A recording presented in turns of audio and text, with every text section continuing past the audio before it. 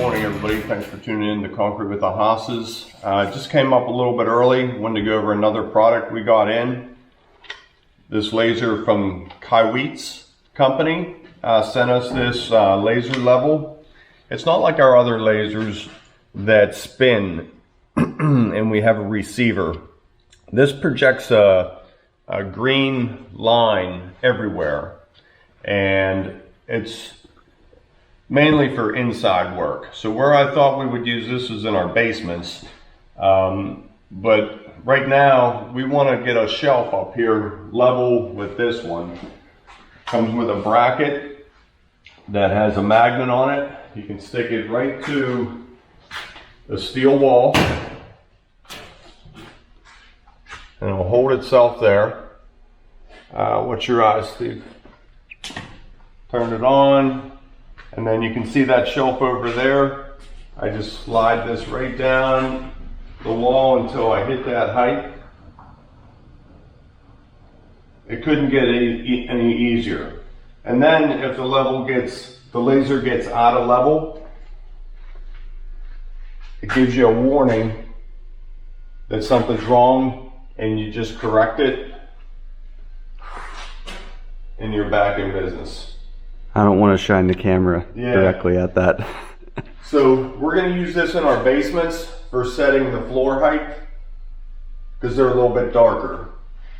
So I thought it was pretty neat. Has some different settings on it for verticals.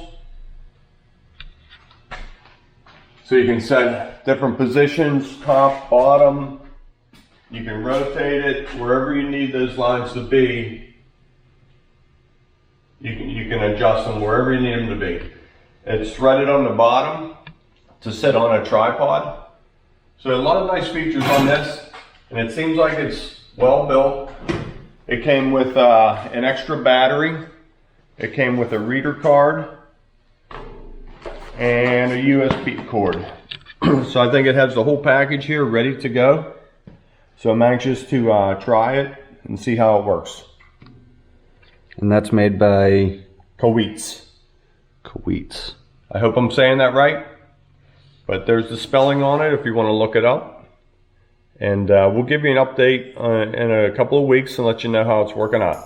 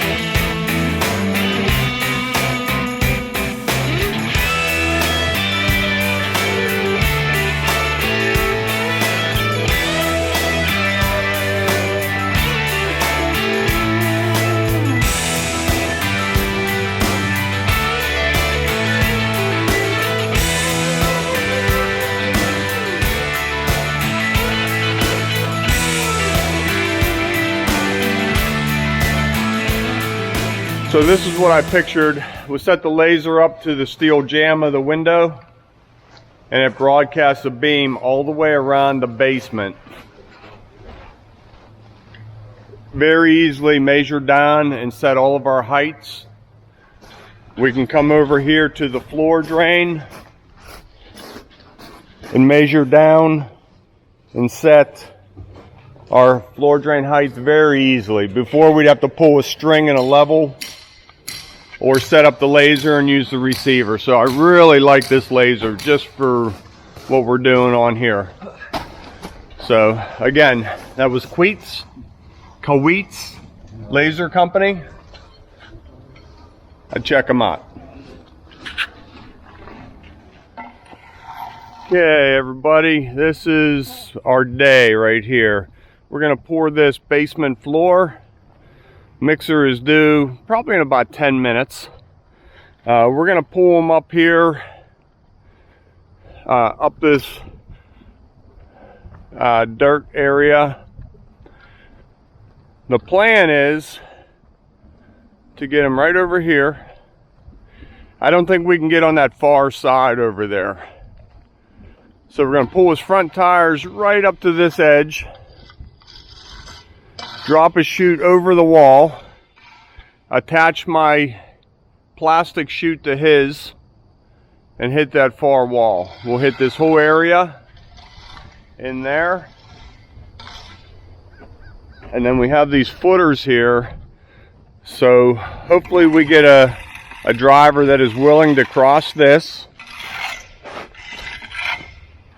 right up to this edge, which is a little bit further back and a little bit further drag. So, and then once we get to this side, I think we're home free.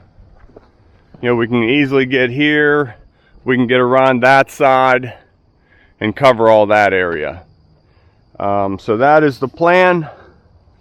It's a 10-foot high wall.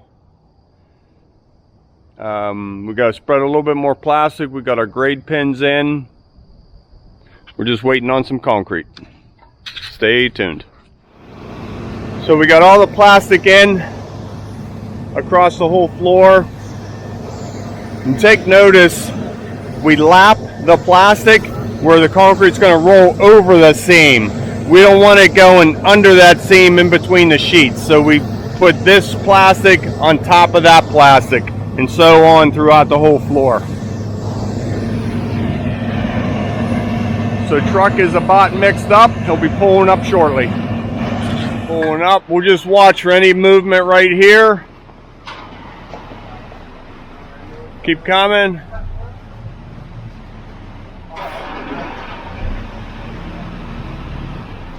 A little bit of fluff on top moving. You're still good. Come on up. Good, drop that down. Let's see where we're looking. Heads up, Tom. Raise that up a bump. Go ahead and attach the green chute to the bottom. Now you'll just angle that barrel a little bit. Just keep a hand on it, holding it. All right, let's see what it looks like.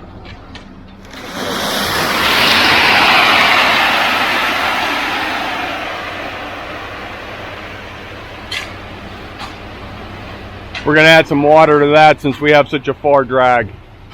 Here we go again. There we go. That's what we're looking for. Good?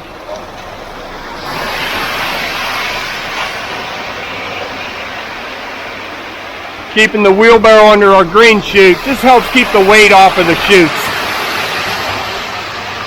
And then we'll just back it up along with it.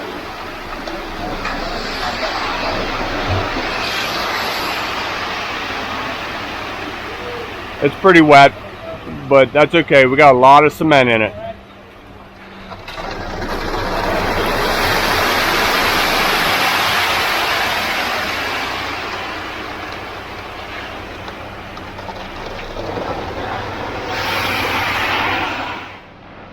That's good there.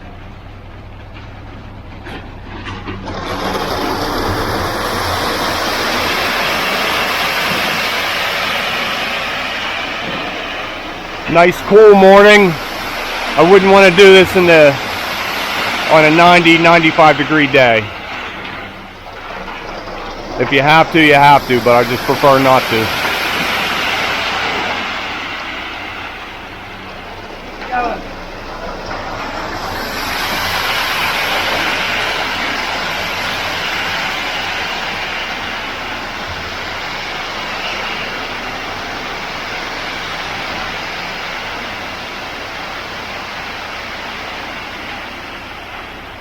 Want to do that one more time?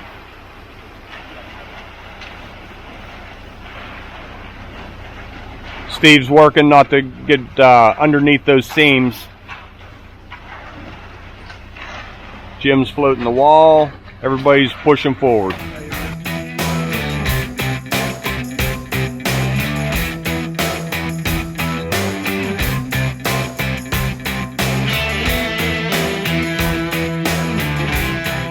Maybe we don't need the barrel. It's running pretty good.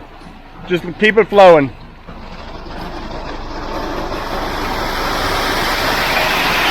Let's See when it breaks. Nope, just broke. Maybe it'll just go with it. That's working. That's working. Let's keep going.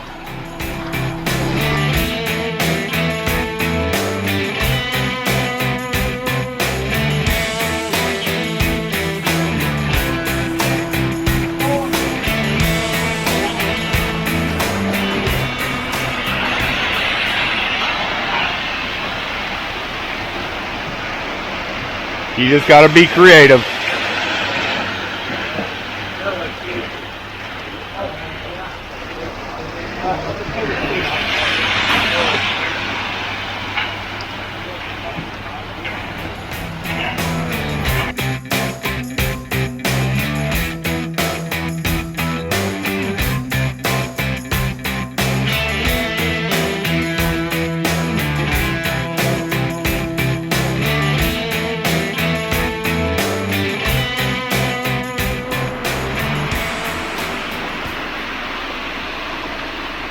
And the last little bit of his truck will finish us out right here.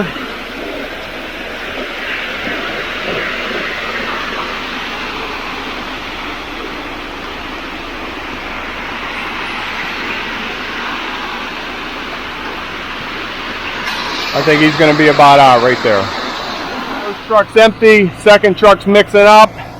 Zero gap between them, so we're going to go from one to the other.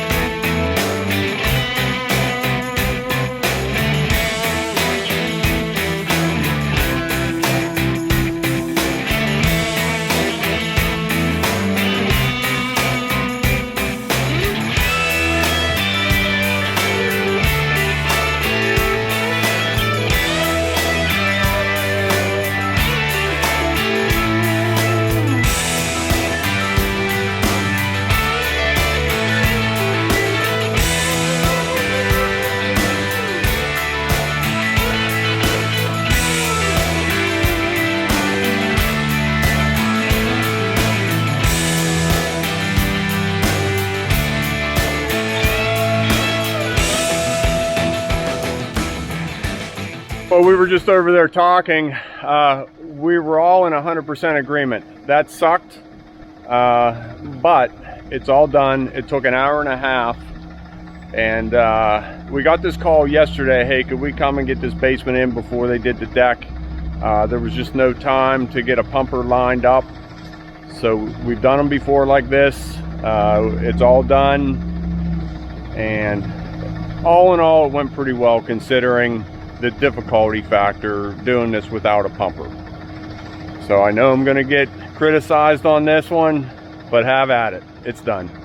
We just saved the builder a good bit of money by doing it that way. Without paying for a pumper. Without paying for a pumper. Yeah. In our area, they go for about $1,200. Yeah. So you're welcome, executive. That's 1 point there. So a little bit of cleanup here where I exited, and will give us 20 minutes. Really overcasty day, so it's a good day to do this. If the sun were beating down there, it would be about 100 degrees in this hole. So it's it'll go pretty good. So we just finished pouring the floor here at Executive Developers. This is the owner, Chris Sinker.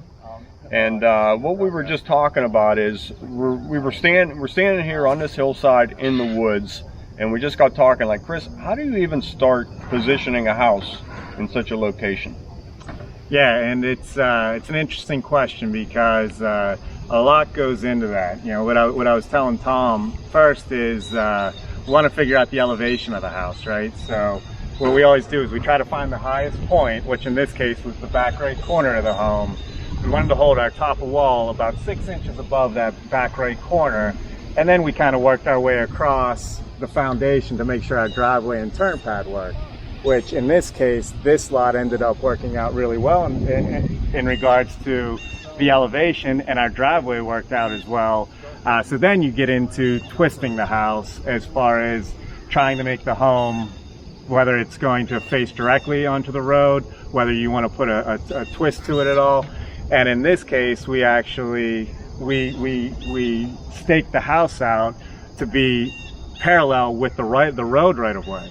Once we did that, we realized the road was not centered within the road right of way. So all of a sudden, we wanted the house to be parallel with the road, but it wasn't.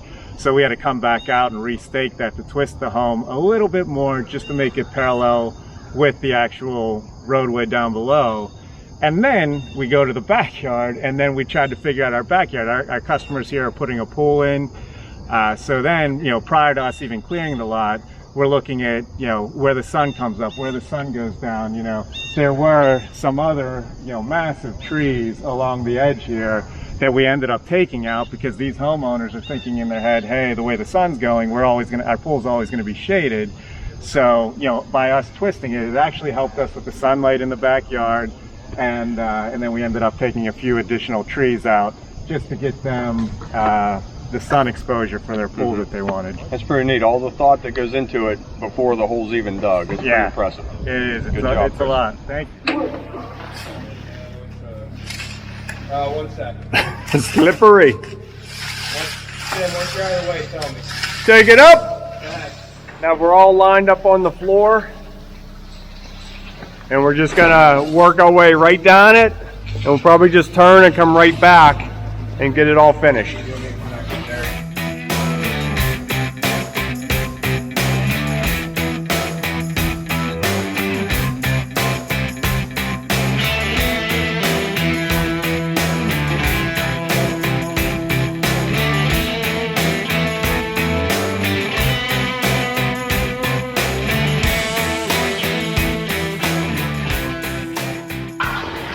Now on the walls,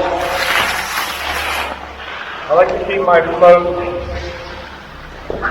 at a 90-degree angle from the wall. Clean that up. What I don't want to do is come like this and do that. That dips that. I like to keep it nice and perpendicular to the wall. With my float, keep it all rolled up nice and creamy. Feels round, nice little swipe.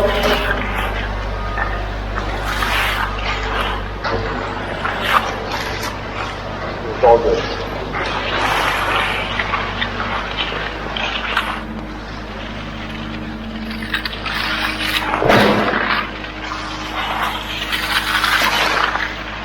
Now we have all that cream just sitting there getting hard. Probably about a half an hour, we'll come back over it and just shine it up.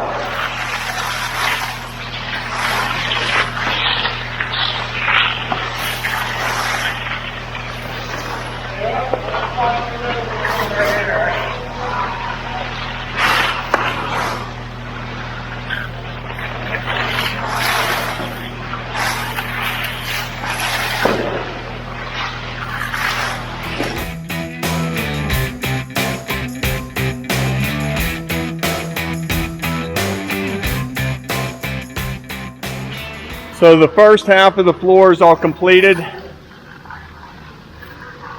Steve and Steve are finishing up first truck. We're just kind of hanging out here waiting for number 2 and number 3 to catch up with it. So it won't be too long. Everything's setting up pretty nice. It is 10:15. So we've been at it about 3 hours, poured and about halfway done. So moving right along.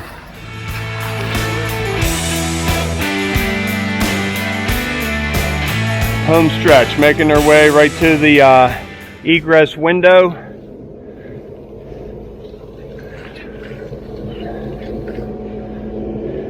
Now Steve's not finishing it because the other Steve is coming right behind him. So he's just greasing it over. And the other Steve will finish it up. We'll call him Stan. Less confusing. Stan will finish it up.